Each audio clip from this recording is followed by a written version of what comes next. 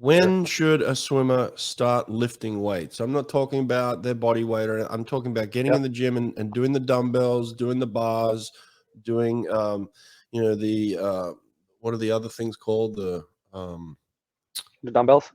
Yeah, the dumbbells, but now they have these other Kettlebells. the kettlebells, that's the one. Thank you. Yeah, So of those course. types of movements, those types of activities, lifting weight, what age does that start, Dennis? I wish I could tell you, man. I mean, listen, there are weightlifting is an Olympic sport. The clean and jerk and the snatch, they're in the Olympics. And you can see 10, 11, 12-year-olds actually do those movements, their body weight and more, beautifully without hindering their growth, without affecting their injury. Because, man, weightlifting athletes, believe it or not, Brett, has actually one of the lowest rates of injuries of all sports.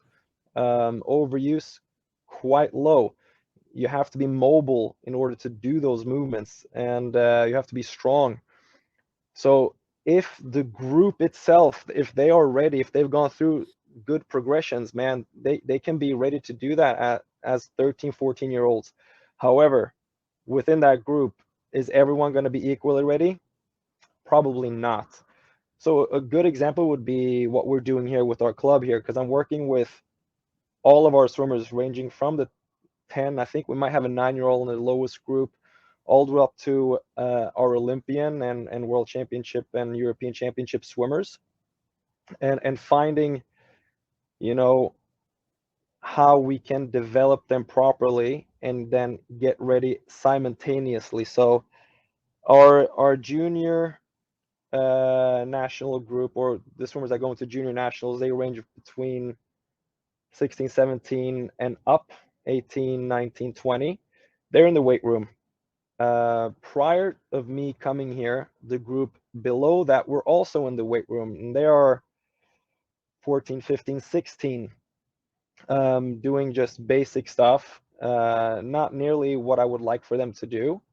And now, 9 months in, doing proper dry land, 30 minutes a day, a few days, 45 minutes.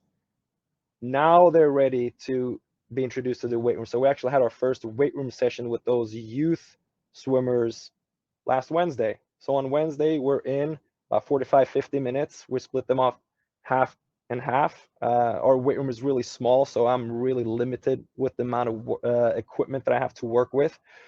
And if the space is small, it also can increase the risk of injury.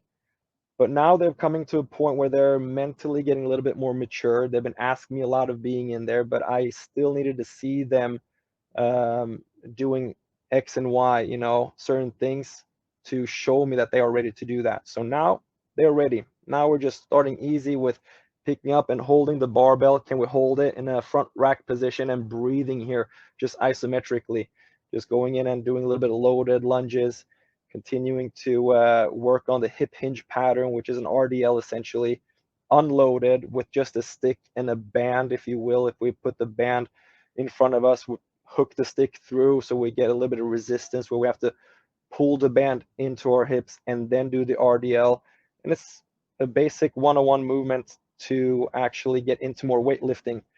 So if we have good supervision and the group itself feels ready, they feel mature mentally, then you're good to go. However, if you feel like you're underqualified swimming coach, or a swimming coach who might be underqualified in the strength portion, and especially on teaching swimmers movements, right? Because it's a different kind of language, different cueing, then you should be fine.